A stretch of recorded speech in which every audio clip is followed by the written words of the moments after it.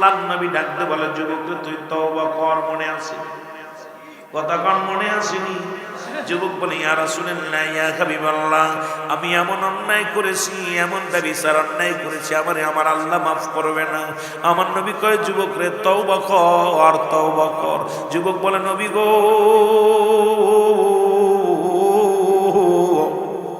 আমার মন বলে আমি তওবা করলো আমার গুনাহ মাফ হবে না। আল্লাহর নবী কয়, যুবক রে তুই এমন কি পাপ করেছিস? বলে, ইয়া রাসূলুল্লাহ, ইয়া হাবিবাল্লাহ, এরে মক্কা মদিনায় যত মানুষ মারা যায় রে,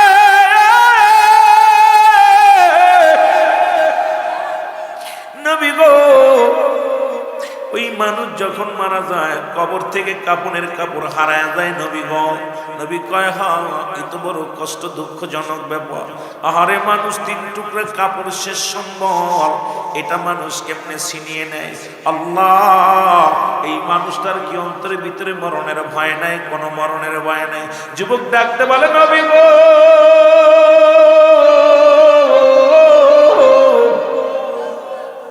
ওই মক্কা মদিনার গোরস্থান থেকে যত কাপড়ের কাপড় হারাইতো, সেই কাপড়ের কাপড়গুলো আমি চুরি করতাম। জোরে বলা যাবে না আল্লাহু আকবার। নবী কয়, যুবক রে দুনিয়ায় কি আর কোনো কাজ বাস নাই? আর মানুষের শেষ সম্বল তিনটা টুকরা কাপড়, এটাও তুমি ছিনিয়ে নিলা রে যুবক। তোমার কি মায়া লাগে নাই? তোমার কি কষ্ট লাগে নাই? আমার বালক যুবক ডাকতে বলে, নবী গো, আমার ভুল হয়ে গেছে, আমারে কি আল্লাহ মাফ করব? নবী কয়, যুবক রে তওবা কর। ও যুবক ভাইরা শুনে নাও, তওবা কর, তওবা কর। আপনারাও তওবা করেন। আস্তাগফিরুল্লাহ রব্বি মিন কুল্লি যামবিন আতুবু ইলাইহি লা হাওলা ওয়ালা কুওয়াতা ইল্লা বিল্লাহিল আলিয়্যিল আযীম। লা ইলাহা ইল্লাল্লাহু মুহাম্মাদুর রাসূলুল্লাহ সাল্লাল্লাহু আলাইহি ওয়াসাল্লাম। ওয়া নাশহাদু আল্লা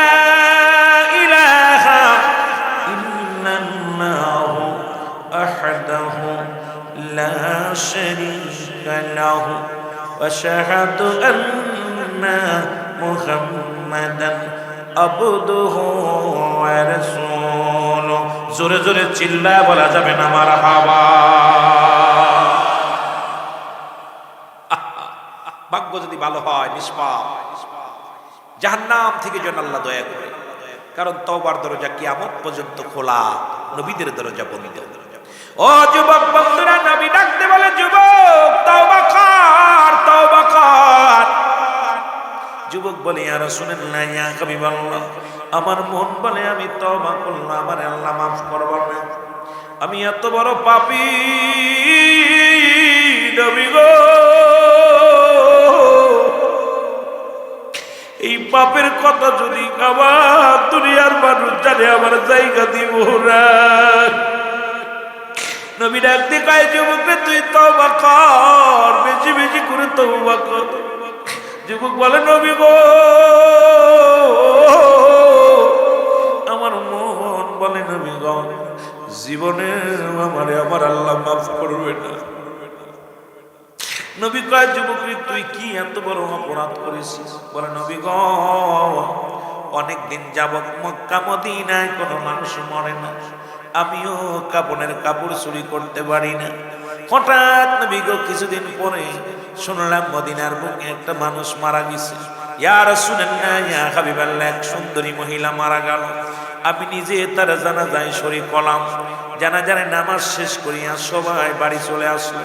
নবী গো সবাই যখন ঘরে ফিরে গেল, আমি অপেক্ষায় ছিলাম রে, কখন রাত হবে, কখন রাত গভীর হবে, আমি গোরস্থানে ঢুকবো। নবী গো আস্তে আস্তে করে গোরস্থানে ঢুকলাম। সব মানুষ যখন একাকার হয়ে গেল, ঘরে চলে গেল, আমি আস্তে আস্তে যাইয়া কবরখানা খনন করলাম। খনন করিয়া নবী গো কবরের ভিতরে প্রবেশ করলাম। কাপনের কাপড়গুলো খুলে নিলাম। নিয়ে যখন আমি কবর থেকে উঠতেছিলাম, কে যেন আমার ডাকতে বলে,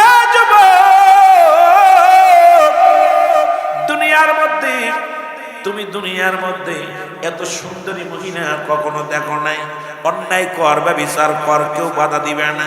আজকে মহিলার সঙ্গে যদি ব্যভিচারে লিপ্ত হও, যদি জিনায় লিপ্ত হও, তাহলে কেউ তোরে বাধা দিবে না। যুবক রে, তুই অন্যায় কর, অন্যায় কর।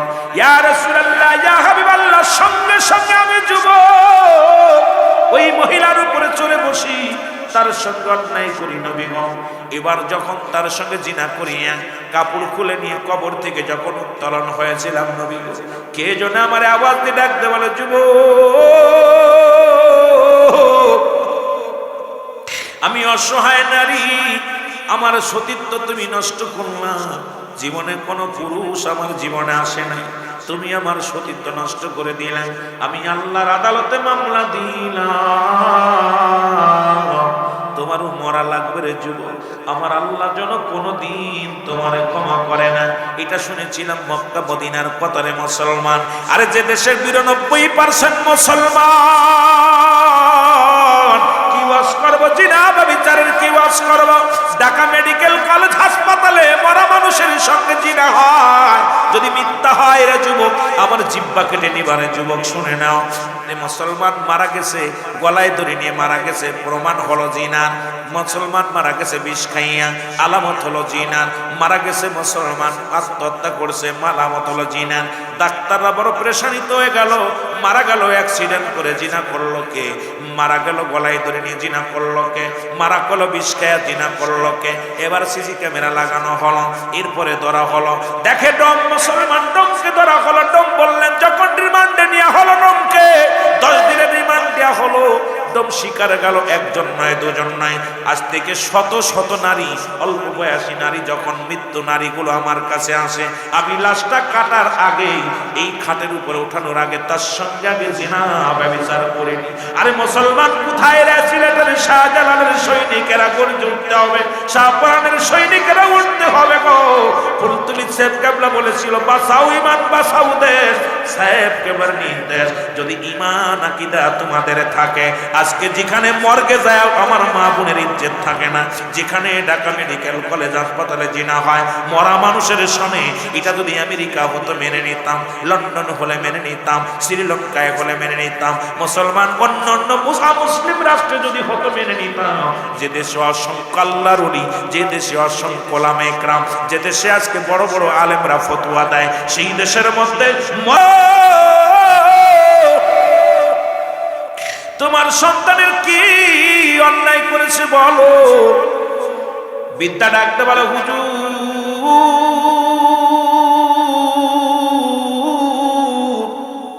এক নাম্বার আমার সন্তান অন্যায় করেছে, আমার ছেলে জিনাকারী। যদি বলেন কি কারী? জিনাকারী। আমিনুল মুমিনিন, সন্তান আমার জিনায় লিপ্ত হয়েছে, জিনা করেছে, বিচার করা লাগবে। যুবকরা আল্লাহর মুসলমান, শোনো, নবীর সাহাবী হযরত উমর ফারুক রাদিয়াল্লাহু তাআলা আনহু ডাকতে বলে, ও যুবক তুমি কি জানো জিনার শাস্তি কি? বলে হুজুর আমি জানি না। বলে তুমি মৃত্যুদণ্ড। কারণ কোন যুবক, কোন বিবাহিত পুরুষ, বিবাহিত নারী, যদি অবিবাহিত নারী, অবিবাহিত পুরুষ যদি জিনা করে, ব্যভিচারের শাস্তির বিধান শুনে নেন বাবা, ভালো করে জেনে নেন, ভালো করে ওয়াজটা কান দিয়ে শুনবেন। এরপরেও যদি অন্যায় না ছাড়েন, এটা আপনার কপালের দোষ। এ মুসলমান, আল্লাহর বিধান, কোরআনের বিধান শুনে নাও। রাসূল যে বিধানগুলো চালু করে দিয়ে গেছে আল্লাহর কোরআন থেকে, যদি কোনো অবিবাহিত নারী, অবিবাহিত পুরুষ যদি জিনা করে গো,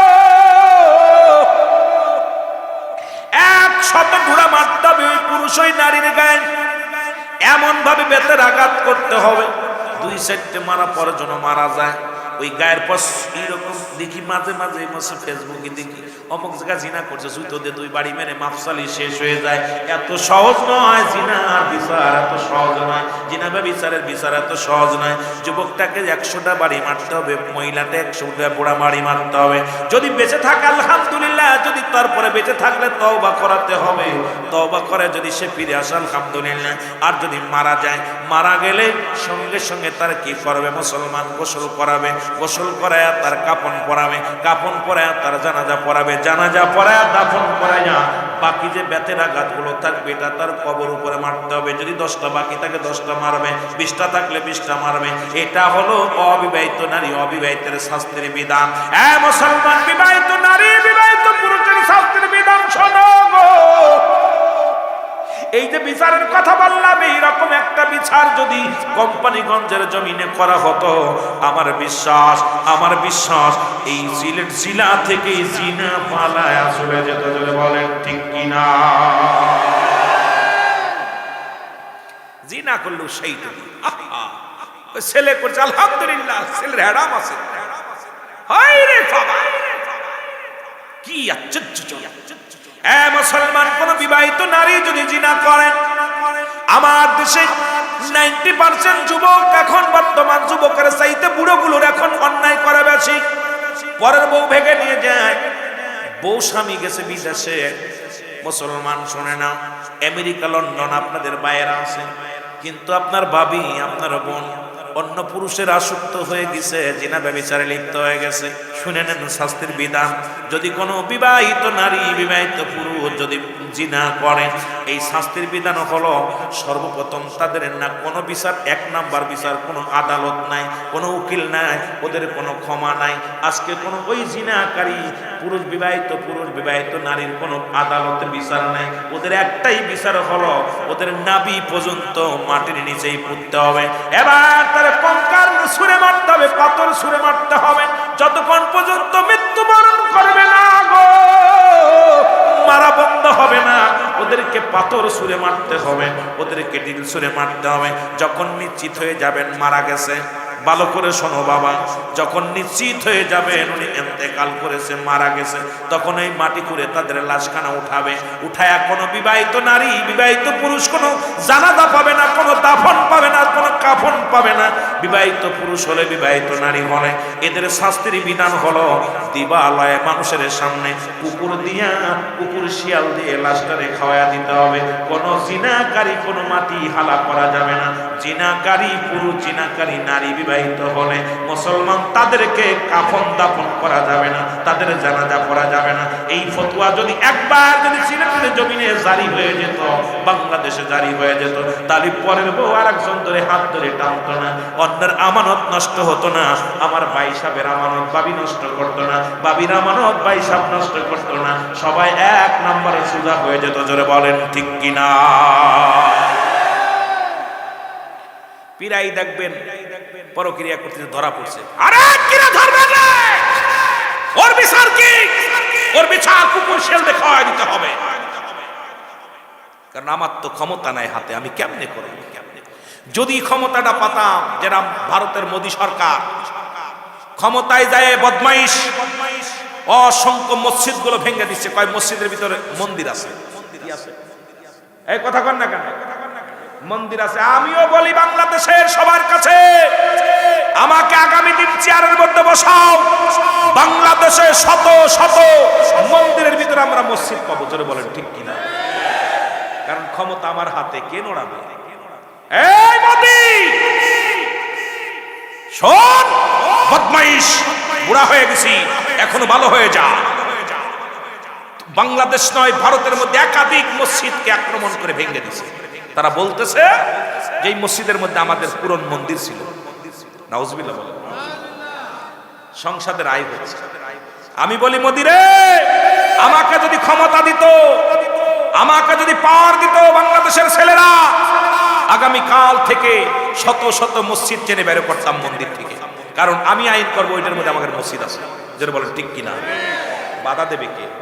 বদমাইশি করিস না, মালায়ন বদমাইশি করিস না। কারণ মুসলমানদের আল্লাহর ঘর নিয়ে এইরকম উপহাস করিস না। আল্লাহর গজব যখন আসবে, পালানোর জায়গা পাবি না। জোরে বলেন ঠিক কিনা? পালানোর জায়গা পাবি না। ওদেশে অসংখ্য মুসলমানদের নির্যাতন করা হচ্ছে। এই যে আপনাদের বর্ডার গার্ডে এই যে বসে রয়েছে এই বদমাইশ গুলো, আমার আওয়াজ যদি ওপারে যায় আলহামদুলিল্লাহ। এই বাটপার গুলো, আরে আমার দেশের অমুসলিমেরা যত শান্তির মধ্যে আছে, ভারতে এত শান্তির মধ্যে তারা নাই। কেন? আমি তো গিয়েছি একাধিকবার, এখন যাইতে পারি না। এখন গেলেই বলে আমার হাত পা ভাঙবে। কথা বুঝেননি? এদিন একটা হুক্কার দিয়েছে চট্টগ্রামে, ওরে বাবা রে বাবা, আমার লেখালেখি শুরু হয়েছে, এবার আসলে বর্ডার পাস হলেই দেখবো। আমি কই রাখে আল্লাহ, মারে কে? মারে আল্লাহ, রাখে কে? পৃথিবীর কোন ক্ষমতা আছে? তোর মতো বাটপার ফিরাউন, নমরুদ, কারুন যারা খোদাই দাবি করেছিল তারাও শেষ হয়ে গেছে। আর আল্লাহর ঘর মসজিদকে নিয়ে খেলা শুরু করেছি, মুসলমানদের রক্ত নিয়ে খেলা শুরু করেছি। আল্লাহর গজব চিরেই তোর মধ্যে আছে। জোরে বলেন ঠিক কিনা? পালানোর জায়গা পাবি না। জোরে বলেন ঠিক কিনা? পালা রে পালা, জলদি পালা, নইলে তোদের গলে চলবে তালা। জোরে বলেন পালা রে পালা, জলদি পালা, নইলে তোদের গলে চলবে। হক তো আসছে, বাতিল তো কাঁপছে, ছিনিয়ে নিবে এবার জয়ের মালা। পালা রে পালা, জলদি পালা, নইলে তোদের গলে চলবে তালা। জোরে বলেন ঠিক কিনা? ওই কাশ্মীর অতি ফাঁস করে মুসলমানদের দখলে আসবে, সময় বেশি নাই। নবীজি বলে গেছেন কিয়ামতের আগে কাশ্মীর, গোটা কাশ্মীর দখল করবে মুসলিম জাত। আজকে মুসলমানদের রক্ত নিয়ে খেলা করো। মুসলমানদের রক্তের মধ্যে আছে ঈমানি জজবা, মুসলমানদের রক্তের ভিতরে আছে আল্লাহর নাম, রাসূলের নাম। সুতরাং এই রক্ত নিয়ে খেলা করতে চাই। জোরে বলেন ঠিক কিনা? আমার ভাইয়েরা, আমার বন্ধুরা, আমার যে কথা বলতেছিলাম, এখন যদি আপনাদের মহল্লায় কোন এরকম জিনাকারী পড়েন, শাস্তির বিধান শুনলেন, জিনাকারীর শাস্তি কেমন হবে বলে দিলাম। এরপরেও যদি আপনারা ঘুষ খায়া, আমার দেশের মাতবাররা ঘুষ খায়, আমার দেশের প্রশাসনরা ঘুষ খায়, আমার দেশের আমলারা ঘুষ খায়, আমার দেশের মন্ত্রীরা ঘুষ খায়, পকেট বাড়ি হইলে জিনার মামলাও পানি হয়ে যায়। জোরে বলেন ঠিক? এরা জিনা করে জেলখানায় যায়, ফুলের মালা নিয়ে গলায় বাইর করে। এরা ফুলের মালা নিয়ে যখন মুসলমান বাইরে বাইর হয়, তখন লজ্জায় মাথাটা নত হয়ে যায়। আইরে মুসলমান জাতি, এত বড় জিনা ব্যভিচার করে জেলখানার মধ্যে গেলি, তোরে ফুলের মালা দিয়ে যখন বাইর করে, মন চায় নিজেকে আর ধরে রাখতে পারি না, মন চায় নিজেকে কুরবানি করে দিই। জোরে জোরে বলেন ঠিক কিনা? আমার দেশে অসংখ্য নেতা জিনা করে জেলখানায় গেছে, মালা, ফুলের মালা নিয়ে গলা বুক উঁচু করে বাইরেছে। এগুলোর কি করে? কিচ্ছু বলতে পারি না, বলার মতো। আর আমার দেশে বক্তারা তো খালি তেল মেরে ওয়াজ করে, কারণ ওয়াজের ময়দান নষ্ট হয়ে যাবে, তেলবাজি বক্তা। আর কিছু আছে মিঠা মিঠা সুন্নি, ওরা সব জায়গায় আছে। দেখা যায় বাতিলদের মাহফিলও আছে, হকের মাহফিলও আছে, মাল দিলেই ওরা চলে যায়। যদি বলেন ঠিক কিনা? মাল দিলেই চলে যায়। মিঠা সুন্নি, এদেরকে আমি বলি মিঠা সুন্নি। মিঠা সুন্নি দেখবেন সব মাহফিল আছে। আমার কিছু সহকারী আছে, সবাই দেখি এই মিঠা সুন্নি গুলো যখন মাল বেশি পায় সে জায়গা চলে যায়। আরে ভাই, কবরে নিয়ে যাবেন, সব শেষ করে দিবে কে? যারা বলেন কে? আল্লাহ বলে জমিনটা আমি রাখবো না, আসমান আমি রাখবো না, এই জমিনের মধ্যে যা কিছু আছে সব কিছু আমি চূর্ণ বিচ্ছিন্ন করে দিব। যেদিন কিচ্ছু থাকবে না, থাকবো শুধু আমি আল্লাহ। কে থাকবে? যারা বলেন কে? গোলামি করব কার? দাসত্ব করব কার? আইন মানব কার? আওয়াজ দুর্বল হয়ে গেছে, আওয়াজটা দুর্বল। খোদা লাগছে? তাবারক আছে নাকি? তাবারক আছে? মনে হয় না তাবারক আছে। আছে কিসের তাবারক? কমিটি তো কথা কয় না, তার মানে মনে হয় ফাঁকি দিব আপনাদের। তবে ওয়াজের জন্য বসে আছেন, আলহামদুলিল্লাহ। দরকার নাই তাবারকের, কি কোন? দরকার নাই। যদি কমিটি ফাঁকি দিচ্ছে, যে তোমাদের দরকার নেই, আগামী বছর যেন করে। জোরে বলেন আমি। একটু মহব্বতের সঙ্গে জিকির করেন, লা ইলাহা ইল্লা ইলাহা, আরো জোরে লা ইলাহা। নাই কোন মাবুদ আল্লাহ ছাড়া, বলো নাই কোন মাবুদ আল্লাহ ছাড়া। লা ইলাহা ইল্লাল্লাহ, জোরে লা ইলাহা, আরো জোরে লা ইলাহা। ভালোবেসে লা ইলাহা। এ দুনিয়ার মুসলমান,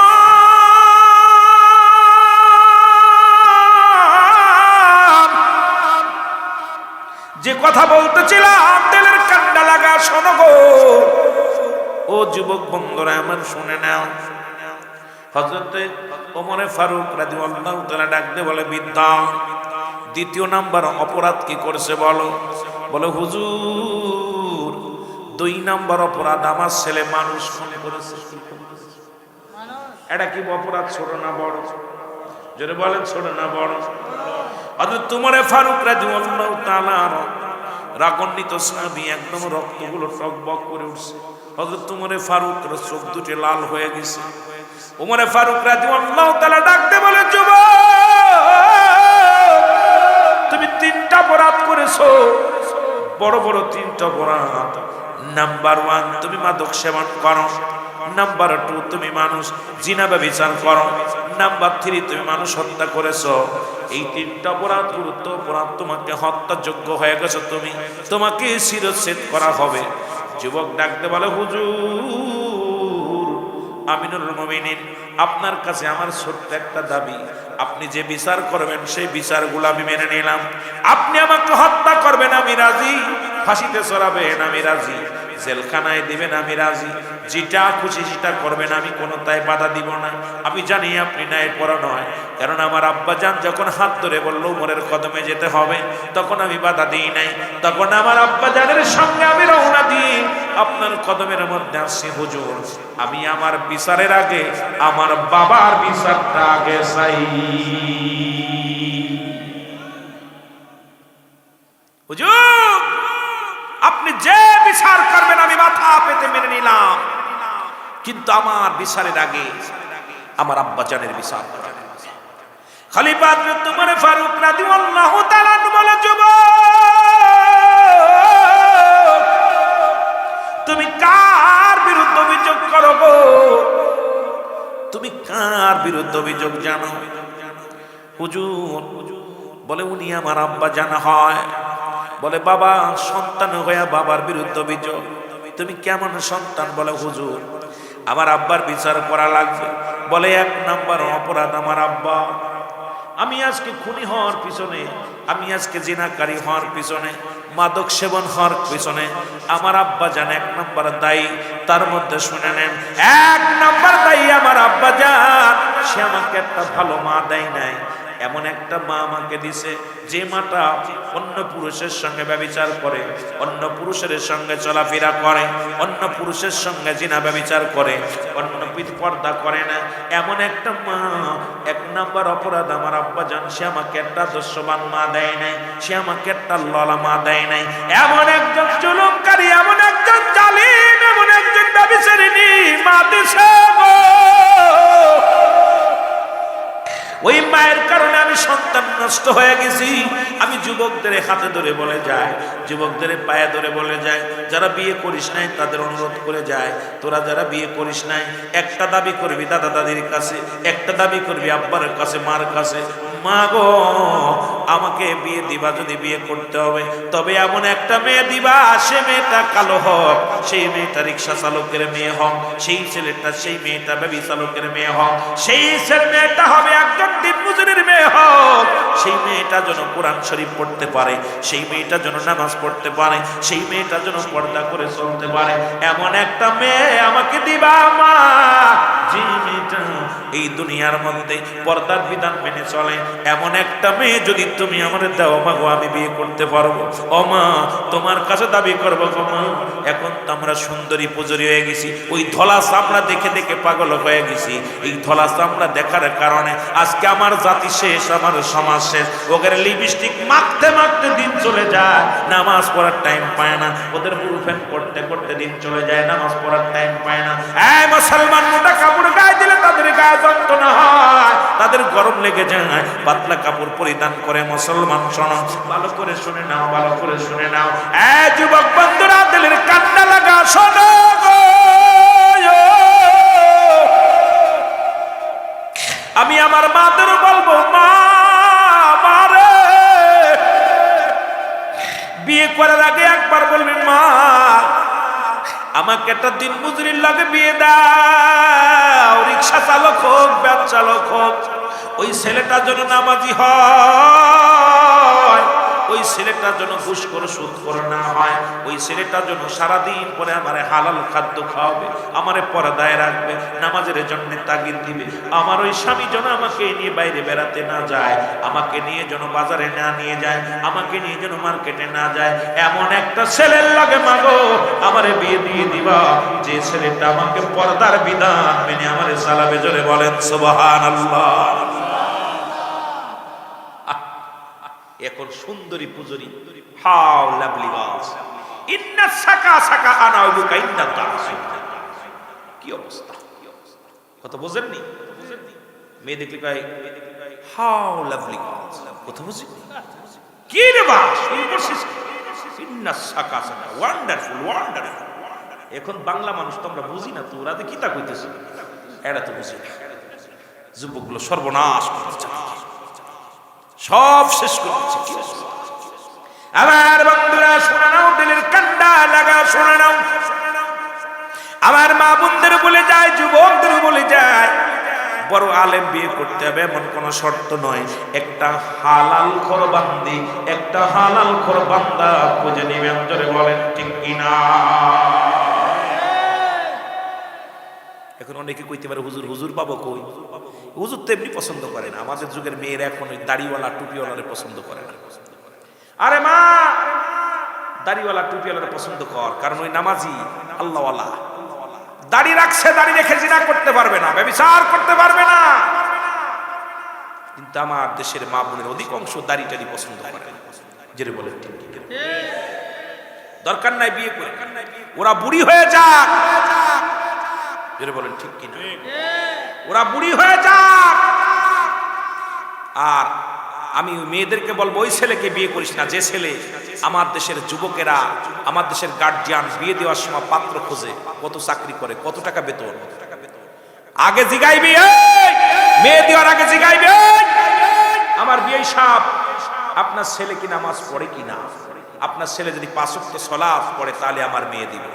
আপনার ছেলে চাকরি করে 30,000 টাকা বেতন পায়, এই 20,000 টাকা আপনার সংসার খরচ করে, 10,000 টাকা শাড়ি কেনে, 10,000 টাকা স্যান্ডেল কেনে, জুতা এত টাকা পাই কই? ওই টাকাটা যদি হালাল উপার্জন করে তাহলে মেয়ে দেব, নালি দেব না। এখন মসজিদে চাকরি করলে যদি কয় মসজিদে চাকরি করে শাড়ি কিনতে পারবে না, ওর সাথে মেয়ে দিয়ে হবে কি? কথা কয় মসজিদে চাকরি করে, মাদ্রাসায় চাকরি করে, যখন শোনে মাদ্রাসায় চাকরি করে, মসজিদে চাকরি করে, গার্জিয়ান বলে এটা চলবে না। কেন? আমার বোনের একটা শাড়ি কেনার যোগ্যতা নেই, আমার বোন একটা শাড়ি পরে 10,000 টাকা বেতন পায়, 7,000 টাকা। আরে কপাল পোড়া, নিজের কপাল নিজে পুরাইলি। কারণ জগৎ বিখ্যাত মা খাতুনে জান্নাত মা ফাতেমাতুজ জোহরা হযরত আলী রাদিয়াল্লাহু তাআলার সঙ্গে যখন বিবাহ দিয়েছিল, আলীর কিচ্ছু ছিল না, ঘর ছিল না, ঘর ছিল না, বাড়ি ছিল না, কিচ্ছু ছিল না, অসহায়। আল্লাহ রাব্বুল আলামিন হুকুম দিলেন, হে রাসূল, হে হাবিব, আপনার কন্যাকে আলীর হাতে তুলে দেন। জোরে বলেন সুবহানাল্লাহ। আর আমরা খালি টাকা পয়সা, খালি ছেলে কত টাকা বেতন পায়, ছেলে কি ব্যবসা করে, যখনই শুনবেন ওই ছেলে ব্যবসার ভিতরে হারাম আছে, নো, ওই হারাম খোরের লগে মেয়ে দিয়েন না, হারাম খোরের লগে মেয়ে দিয়েন না। আমি অনুরোধ করব, একটা মেয়ে যখন হবে একটা জান্নাত পাবেন, সেই মেয়েটাকে শরিয়াত মোতাবেক লালন পালন করবেন এবং একজন নামাজি হালাল খোর বান্দার হাতে যখন তুলে দিবেন, তখনই আপনি দায়মুক্ত হবেন, নয়তো কিয়ামতের ময়দান বড় ভয়ঙ্কর হবে। আমার দেশের অধিকাংশ গার্জিয়ান গুলো এই সচেতন নাই। যেটা বলেন ঠিক কিনা? সচেতন নাই। নাই যুবকরা, এই তুই দাড়ি রাখিস নাই কেন, ওরে জিগাইবেন দাড়ি রাখছেন, দাড়ি না রাখলে ছেলের লগে মেয়ে দেবে। আইন করেন না, আইন করেন যে দাড়ি না রাখলে, দাড়ি চাষলে তার লগে মেয়ে দেবে না। কথা কন না, সুবহানাল্লাহ বলেন। কষ্ট হচ্ছে? হাইরে নবীরে ভালোবাসে, নবীর জন্য পাগল হয়ে যায়, দেখা যায় সপ্তাহে 7 দিন সে কথা কয় না, নবীর জন্য এত পাগল, আশেকে রাসূল 30 বের বিড়ি দেয় মুখের মধ্যে। জোরে বলেন ঠিক কিনা? জোরে বলেন ঠিক কিনা? গাঁজা, বিড়ি, ইয়াবা এগুলো নিয়ে যা শুরু হয়েছে দেশের মধ্যে, এগুলোকে বন্ধ করতে হলে আমার যুবক সমাজই পারে, যুব সমাজ আবার জাগতে হবে, জাগতে হবে, ঘুমায় থাকার সময় নেই। জোরে বলেন ঠিক কিনা? খলিফা হযরত ওমর ফারুক রাদিয়াল্লাহু তাআলা ডাকতে বলে, যুবক 2 নাম্বার কি বলতে পারো? বলে, হুজুর 1 নাম্বার অপরাধ ছে আমার মা একটা ভালো মা দেয় নাই, 2 নাম্বার ভালো একটা নাম আমার রাখে নাই, আমার নাম রাখছে নাট বল্টু। কি নাম? ভালো একটা নাম দেয় নাই। সুন্নাতে রাসূল হলো। আজকে দেখলাম ফেসবুকের মধ্যে সংসদে পাশ হয়েছে, এখন আলট্রাসাউন্ড করলে পেটের ভিতরে মেয়ে হবে না ছেলে হবে বলা যাবে না, সরকার বাধ্য করেছে। দেখে খুশি হইলাম, তবে আলট্রাসাউন্ডের কি দরকার আছে? বাবা শোনো, একটু দিলের কান্ডা লাগা শোনো। আরে মুসলমান শোনো, ভালো একটা নাম সুন্নাতে রাসূল হলো। সন্তান দুনিয়ার মধ্যে ভূমিষ্ঠ হওয়ার পর 7 দিনের একদিন আগে নাম রাখা দূরত্ব নয়, একদিন আগে নাম রাখা যাবে না। 7 দিন যখন হবে মেয়ের বয়স, ছেলের বয়স 7 দিন হবে। ইসলামী শরিয়া মোতাবেক মুসলমান ছেলের জন্য 2টা প্রাণী, মেয়ের জন্য 1টা প্রাণী। তুমি জবাই করো, আকিকা করো, আকিকা করে এটা গরিব মিসকিনের মধ্যে বিলিয়ে দাও, খাওয়ায় দাও। এবার তার মাথার চুলগুলো ফেলো, হাতের নখগুলো কাটো, সুন্দর একটা নাম রাখো। এটা হলো সুন্নাতে রাসূল। আর আমাদের জন্মের বিয়ে করার আগেই নাম রাখা কমপ্লিট। দেখা যায় বাসর ঘরেই নাম হয়ে যায়, বাসর ঘরে নাম। ঠিক কিনা? ঠিক। এরে আল হুসাইন সাহেব বিয়ে করতে, বোন নাম মমতা। বাসর ঘরে ডাকতে কয়, মমতা রে আমি নিয়ত করেছি যদি একটা ছেলে হয় নাম রাখবো শাহরুখ খান। কি খান? কি খান? মমতা কয়, স্বামী রে আল হুসাইন শোনো, আমি মনে মনে করছি আমার যদি একটা মেয়ে হয় আমি নামটা রাখবো কারিনা। কি নাম? কি নাম? দেখা যায় এখনো বাসর হয় নাই। এরে একটা লোক আদম নবীর সুন্নাতে বাসর করেছো, একটা লোক আখির নবীর সুন্নাতে বাসর করেছো, আমারে দেখায় দাও। আরে আদম আলাইহিস সালাম যখন হাওয়া আলাইহিস সালামের প্রেমে আসক্ত হয়ে গেল জান্নাতের মধ্যে, ওরে পাগলের দল শোন, এই মুসলমানদের মর পরিশোধ করলেন দুরূদ শরীফ পড়ে। এবার দুজনের বাসর হলো, ওরে নফল নামাজের মধ্য দিয়া। রে ও যুবকেরা শোন, একটা মানুষ নবীদের আদর্শ নিয়ে বাসর করেছো, একটা মানুষ সাহাবীদের আদর্শ নিয়ে বাসর করেছো। বাসর রাত্রে যাইয়া তোমরা তো পরের মায়া নিয়ে গল্প লাগা গেলা। বাবারে আমার বাসর রাত্রেই নাম রাখা হয়ে যায়। জোরে বলেন ঠিক কিনা? আমাদের কপাল খারাপ। এরপরে এখন তো আর আলট্রাসাউন্ড হয়েছে, আলট্রাসাউন্ড করার পর দেখা যায় পেটের ভিতরে ছেলে, নাম রাখা কমপ্লিট। তুকাজ্জিবান। কি নাম? তুকাজ্জিবান। কোনটা অস্বীকার করবে? আমারে কেউ অস্বীকার করবে? ঠিক কিনা? কি নাম রাখছে? কি নাম রাখছে?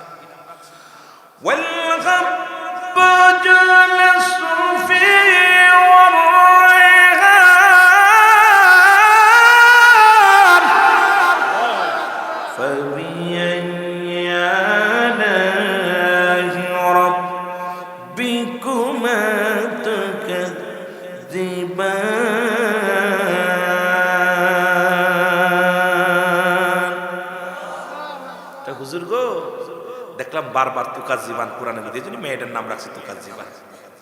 অর্থ কি হলো দেখার বিষয় না। আল্লাহ কামার কোটার রিয়ামতটা কোনটা অস্বীকার করবে? তোর মেয়েটারে কি অস্বীকার করার? আমরা কইছি তোর মেয়ে না।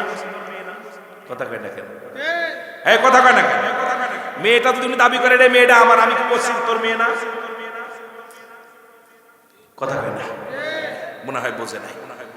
আমার ভাইরা, আমার বন্ধুরা বলে, হুজুর আমার নামটা ভালো একটা নাম রাখে নাই। কারণ মুসলমান, গভীর মনোযোগ ও আমার ভাইরা, আমার বন্ধুরা, 3 নাম্বার অপরাধ হলো আমার আব্বা, সে আমাকে কোনো এলেম শিখায় নাই, কোরআনের জ্ঞান শিক্ষা দেয় নাই। আমরা পড়ি কেমন হাট্টিমা টিম টিম, তাদের মারে মাঠে পারে ডিম, তাদের খারাপ উপসী নাকি কথা কেটে। ডান দিকে তেরে খাটে নে, বাম দিকে তে যা, নিচে একটা নুক্তা দিলি হয়ে গেল বা। ডান দিকে তেরে খাটে নে, বাম দিকে তে যা, উপরে 2 নুক্তা দিলি হয়ে গেল তা। ডান দিকে তেরে খাটে নে, বাম দিকে তে যা, উপরে 3 নুক্তা দিলি হয়ে গেল।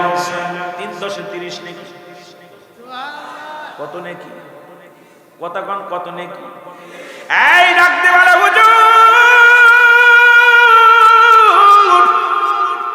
3 নাম্বার অপরাধ, আমার বাবা মা আমাকে কোনো জ্ঞান দেন নাই, এলেম শিক্ষা দেন নাই, কোরআনের জ্ঞান নাই।